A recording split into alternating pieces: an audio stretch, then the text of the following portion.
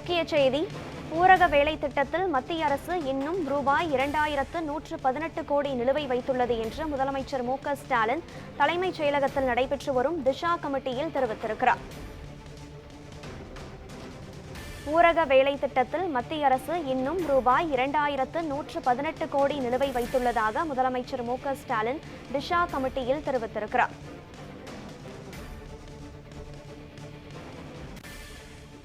இது குறித்த விவரங்களுடன் இணைகிறார் நமது செய்தியாளர் சாமுவேல் எபினேசர். வணக்கம் சாமுவேல். சென்னை தலைமைச் செயலகத்தில் திஷா கமிட்டி கூட்டமானது முதலமைச்சர் மு.க.ஸ்டாலின் தலைமையில் நடைபெற்று வருகிறது. அங்கு அவர் ஆற்றியிருக்கும் முறையில் குறிப்பிட்டிருக்கும் முக்கிய கருத்துக்கள் என்ன? தலைவரா, இன்று சென்னை தலைமைச் செயலகத்தில் இருக்கக்கூடிய நாமக்கல் கவிஞர் 8வது மாலையில் நடைபெற்ற தீக்ஷா கமிட்டி ஆய்வுக் கூட்டத்தில் தமிழ்நாடு முதலமைச்சர் மு.க.ஸ்டாலின் அவர்கள் கலந்து கொண்டு அதாவது இந்த ஆய்வு குழு உறுப்பினர்களுடன் அவர் உரையாற்றியிருந்தார். குறிப்பாக 4வது மாநில அளவிலான வளர்ச்சி மற்றும் ஒருங்கிணைப்பு மற்றும் கண்காணிப்பு குழு கூட்டத்தில் கலந்து கொண்ட தமிழ்நாடு முதலமைச்சர் அவர்கள் இந்த கூட்டத்தில் நாடாளுமன்ற உறுப்பினர்கள் மற்றும் அதே போல சட்டமன்ற உறுப்பினர்கள், தலைமை செயலாளர் முருகானந்தம் மற்றும் அதே போல கூடுதல் தலைமை செயலாளர் காந்திபர் உள்ளிட்டோர் கலந்து கொண்டிருந்தனர் மற்றும் பல்வேறு துறை அதிகாரிகளும் இந்த கூட்டத்தின் வாயிலாக கலந்து கொண்டிருந்தனர். அப்பொழுது தமிழ்நாட்டிற்கு மத்திய அரசின் ஊரக வளர்ச்சி அமைப்பதால் செயல்பட்டு வரும் 67 திட்டங்களை கண்காணிக்கவும் அதை செயல்படுத்தவும் இந்த மாநில அளவிலான வளர்ச்சி ஒருங்கிணைப்பு மற்றும் கண்காணிப்பு குழு அதாவது தீக்ஷா கூட்டத்தை நாம் நடத்தி வருகிறோம் என்றும், அதே போல் இந்த திட்டத்திற்கு ஒதுக்கப்பட்டிருக்கக்கூடிய நிதியை முறையாக செலவு செய்வது, திட்ட செயல்களையும் அதே போல கண்காணிப்பது ஒன்றிய, மாநில, மாவட்ட மற்றும் ஊராட்சி அமைப்புகளிடையே இணக்கம் நிலவி வருவதையும் அவர் தெரிவித்திருக்கிறார். இதைத் தொடர்ந்து மக்கள் பிரதிநிதிகள் ஒன்றிய அரசினுடைய திட்ட அதாவது செயல்பாடுகளையும் ஆய்வு செய்ய வழி செய்வது ஆகிய பணிகளை இதன் மூலம் நாம் செய்து வருகிறோம் என்றும் தமிழ்நாடு முதலமைச்சர் தெரிவித்திருந்தார். குறிப்பாக தமிழகத்தில் மத்திய அரசால் வழங்கப்படக்கூடிய நிதிகள் அனைத்தும், அதாவது நிதியானது தமிழகத்தில் மாநில அரசு செலவழிக்கக்கூடிய நிதிகள் 60லிருந்து 70% நிதியா இருப்பதாகவும், அதே போல மத்திய அரசு வெறும் குறைந்த நிதியே வழங்கியுள்ளதாகவும் தெரிவிக்கப்பட்டிருக்கிறது. குறிப்பாக அதாவது பிரதமர் மோடி இல்லம் மற்றும் அதே போல 100 நாள் வேலை திட்டம் மற்றும் இது போல பல்வேறு திட்டங்களில் தமிழக அரசுக்கு செலவு செய்யக்கூடிய நிதிதான் அதிக அளவில் உள்ளதாகவும், மத்திய அரசு தொடர்ந்து மாநில அரசு நிதியை அதிக செலவு செய்து அதே போல அதாவது 100%ல் 70% நிதி மாநில அரசுடைய நிதியாகவும்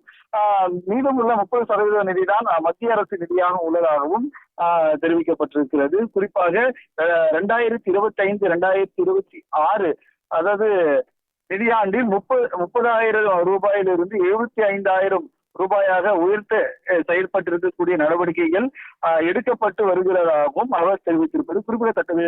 கனகவேரா, மத்திய அரசின் திட்டங்களை கண்காணிக்கும் வகையில் மாநில அளவிலான வளர்ச்சி ஒருங்கிணைப்பு மற்றும் கண்காணிப்பு குழு கூட்டத்தில் முதலமைச்சர் மு.க.ஸ்டாலின் பதிவு செய்திருக்கும் முக்கிய கருத்துக்களை எங்களுக்கு தெரிவித்தமைக்கு நன்றி சாமுவேல்.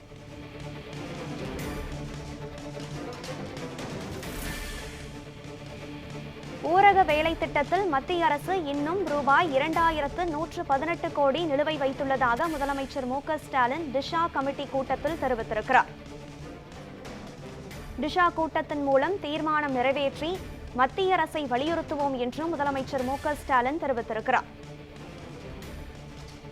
பிரதமரின் வீட்டு வசதி திட்டத்தில் வீடுகளுக்கான அலகு தொகையை உயர்த்த மத்திய அரசிற்கு வலியுறுத்தல் செய்வோம் என்றும் முதலமைச்சர் மு.க.ஸ்டாலின் இந்த கமிட்டி கூட்டத்தில் தெரிவித்திருக்கிறார்.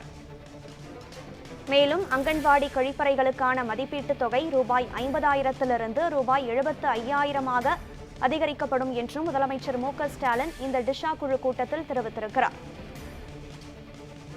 தொடர்ந்து ஊரக வேலை திட்டத்தில் மத்திய அரசு இன்னும் ரூபாய் 2118 கோடி நிலுவை வைத்துள்ளதாக முதலமைச்சர் மு.க.ஸ்டாலின் இந்த திஷா கமிட்டி கூட்டத்தில் தெரிவித்திருக்கிறார்.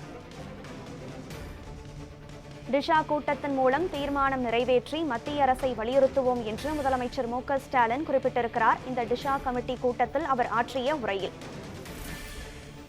பிரதமரின் வீட்டு வசதி திட்டத்தில் வீடுகளுக்கான அலகு தொகையை உயர்த்த மத்திய அரசிற்கு வலியுறுத்துவோம் என்றும் முதலமைச்சர் ஸ்டாலின் குறிப்பிட்டிருக்கிறார். பிரதமரின் கிராம சாலை திட்டத்தை செயல்படுத்துவதில் இந்தியாவிலேயே தமிழ்நாடுதான் முன்னோடியாக திகழ்வதாக முதலமைச்சர் ஸ்டாலின் தன்னுடைய உரையில் குறிப்பிட்டிருக்கிறார்.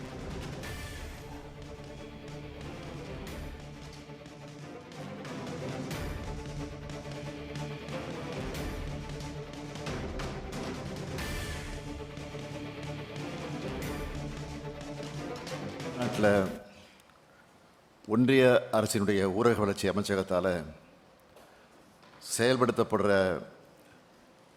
67 திட்டங்களை கண்காணிக்கவும் அதனை செயல்படுத்தவும் இந்த திஷா கூட்டத்தை நாம் நடத்தி கொண்டிருக்கிறோம். திட்டங்களுக்கு ஒதுக்கப்படக்கூடிய நிதியை முறையாக செலவிடுறது, திட்ட செயல்பாடுகளை கண்காணிக்கிறது, ஒன்றிய மாநில மாவட்ட மற்றும் உள்ளாட்சி அமைப்புகளுக்கிடையே இணக்கமான நிலையை உருவாக்குவது, தேர்ந்தெடுக்கப்பட்ட மக்கள் பிரதிநிதிகள் ஒன்றிய அரசினுடைய திட்ட செயல்பாடுகளை ஆய்வு செய்ய வழிவகை செய்கிறது ஆகிய பணிகளை இதன் மூலமாக நாம் செய்து வருகிறோம். கடந்த கூட்டத்தில் மாண்புமிகு சட்டமன்ற உறுப்பினர் திரு செங்கோட்டையன் அவர்கள் கூறியபடி தேங்காய் விவசாயிகளுக்கு மிக விரைவாக பணப்பட்டுவாடா செய்ய உரிய நடவடிக்கை எடுக்கப்பட்டு கொண்டிருக்கிறது. மாண்புமிகு நாடாளுமன்ற உறுப்பினர்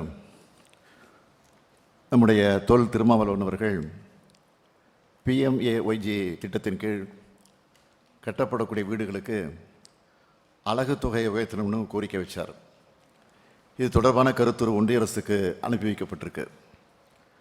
முனைவர் சுப்பராமன் அவர்கள் கோரிக்கையை ஏற்று குழந்தைகளுக்கு கட்டப்படுகிற அங்கன்வாடி கழிப்பறைகளுக்கான மதிப்பீடு தொகை 2025-26 நிதியாண்டில் இருந்து 30,000 ரூபாயிலிருந்து 75,000 ரூபாயாக உயர்த்தி செயல்படுத்த நடவடிக்கை எடுக்கப்பட்டு வருதுன்னு தொடக்கத்திலேயே தெரிவிச்சுக்கிறேன்.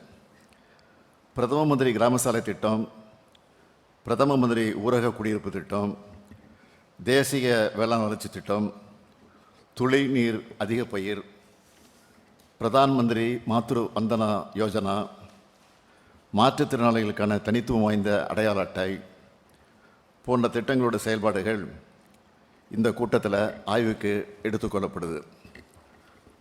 ஒவ்வொரு திட்டம் குறித்தும் முக்கியமான சில தகவல்களை சொல்கிறேன்.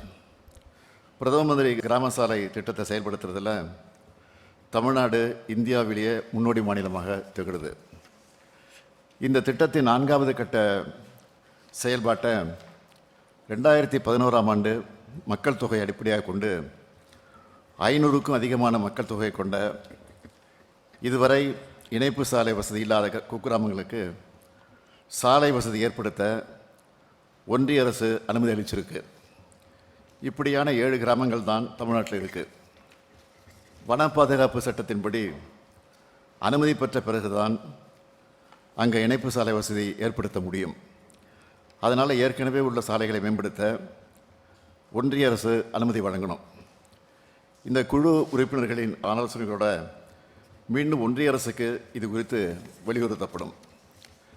பிரதம மந்திரி ஊரக குடியிருப்பு திட்டத்தை எடுத்துக்கிட்டால் ஒரு வீட்டுக்கான அலகு தொகை 1,20,000 ரூபாய்.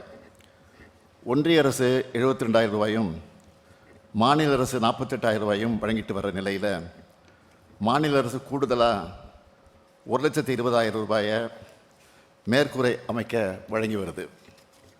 2021-2022 ஆண்டு வரை 3,61,590 வீடுகளுக்கு அனுமதி வழங்கப்பட்டு இதுவரை 3,43,958 வீடுகள் கட்டி முடிக்கப்பட்டிருக்கு.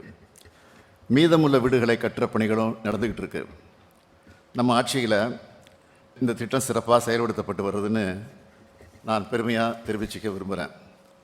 பிரதம மந்திரி ஊரக குடியிருப்பு திட்டத்தின் கீழ் கட்டப்படுகிற வீட்டுக்கான கட்டுமான பொருட்களின் விலை மற்றும் தொழிலாளர்களின் கூலி ஆகியவை கணிசமான அளவுக்கு அதிகரிச்சிருக்கு.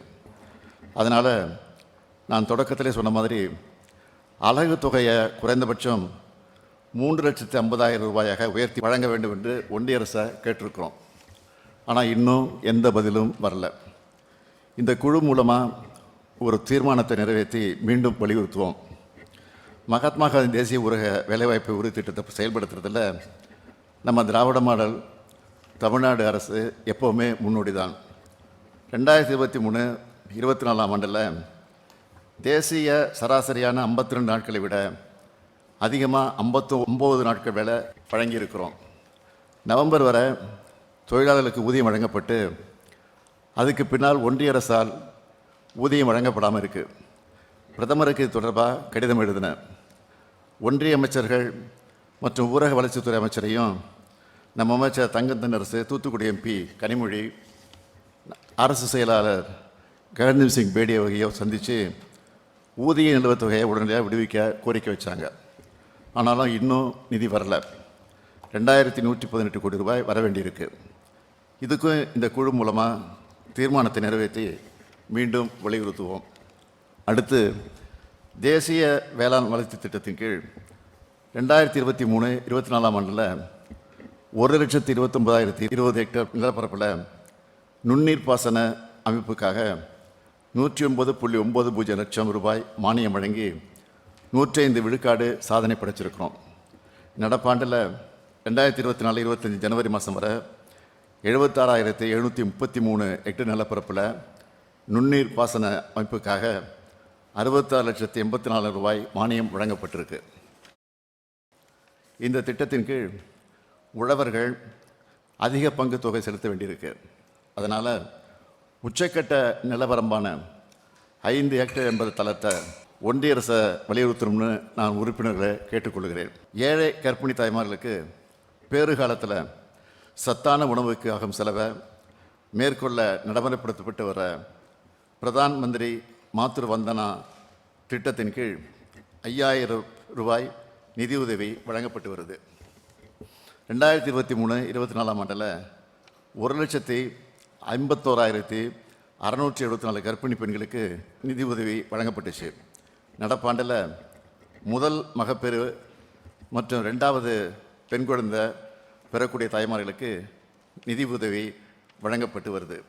அடுத்து, மாற்றுத்திறனாளிகளுக்கான தனித்துவம் வாய்ந்த அடையாள அட்டை வழங்கும் திட்டத்தின் கீழ் மாற்றுத்திறனாளி என்பதற்கான மருத்துவ சான்றிதழ் பெறவும், அரசின் நலத்திட்டங்களை அவங்களுக்கு எளிமையாக கொண்டு செல்லவும் இந்தியா முழுமையும் செல்லுபடியாகிற தனித்துவம் வாய்ந்த அடையாள அட்டை வழங்கக்கூடிய திட்டம் செயல்படுத்தப்பட்டு வருது. இந்த திட்டத்தை சிறப்பாக செயல்படுத்துகிற நோக்கில் அரசு மருத்துவமனைகளில் பணிபுரியக்கூடிய முதன்மை மருத்துவ அலுவலர் மற்றும் சிறப்பு மருத்துவர்களுக்கு பயிற்சிகள் வழங்கப்பட்டிருக்கு. சமூக தரவுகள் பதிவுகளில் ஏற்கனவே மாற்றுத்திறனாளிகளுக்கான அடையாள அட்டை பெறப்பட்டு மாற்றுத்திறனாளிகள் நலத்துறையின் தரவுகளில் பதிவேற்றம் செய்யப்பட்டவர்கள் ஏ பிரிவிலும், மாற்றுத்திறனாளிகளுக்கான அடையாள அட்டை பெறப்பட்டு மாற்றுத்திறனாளிகள் நலத்துறையின் தரவுகளில் பதிவேற்றம் செய்யப்படாதவர்கள் பி பிரிவிலும், எந்த சான்றிதழ்களும் இல்லாமல் மாற்றுத்திறனாளிகளுக்கு கணிக்கப்பட்டு மாற்றுத்திறனாளிகள் நலத்துறையின் தரவுகளில் பதிவேற்றம் செய்ய வேண்டிய நபர்கள் சி பிரிவிலும் பதியப்பட்டிருக்கிறாங்க. மேலும் 87,008 நபர்கள் சி பிரிவு மாற்றுத்திறனாளிகள்னு கணிக்கப்பட்டு கண்டறியப்பட்டிருக்காங்க. இப்படி அனைத்து மாவட்டங்களையும் கண்டறியப்பட்ட சி பிரிவு மாற்றுத்திறனாளிகளுக்கு 1,238க்கும் அதிகமான UDID முகாம்கள் நடத்தப்பட்டு 51,296 மாற்றுத்திறனாளிகளுக்கு UDID இணையதளம் வாயிலாக உருவாக்கப்பட்டு வழங்கப்பட்டிருக்கு. உங்களுக்கெல்லாம் நான் இதுவரை சொன்ன தகவல்களிலிருந்து ஒன்று புரிஞ்சிருக்கும். மாநில அரசின் திட்டம், ஒன்றிய அரசின் திட்டம், முந்தைய அரசின் திட்டம், இந்த அரசின் திட்டம்னு எந்த பாகுபாடும் இல்லாமல் நாம் செயல்பட்டு வரோம்னு புரிஞ்சிருக்கோம். ஒன்றிய அரசினுடைய அனைத்து திட்டங்களும் கடைகோடி பயனாளர்களுக்கும் போய் சேர்றதில் திராவிட மாடல் அரசோட பங்கை நாம் உணர்ந்திருக்கிறோம். அதனால தான் மாநில அரசின் பங்கு தொகையை காலதாமதம் இல்லாமல் விடுவிக்கிறோம். ஆனால் ஒன்றிய அரசு நிதி கிடைக்க காலதாமதம் ஆகிறதுனால திட்டங்களோட பயன்கள் மக்களுக்கு சென்றடைவதில் தாமதமாகுது. உடனடியாக நிதியை விடுவிக்க இந்த குழு மூலமாக வலியுறுத்தப்படும்னு உறுதியாக தெரிவிச்சுக்கிறேன்.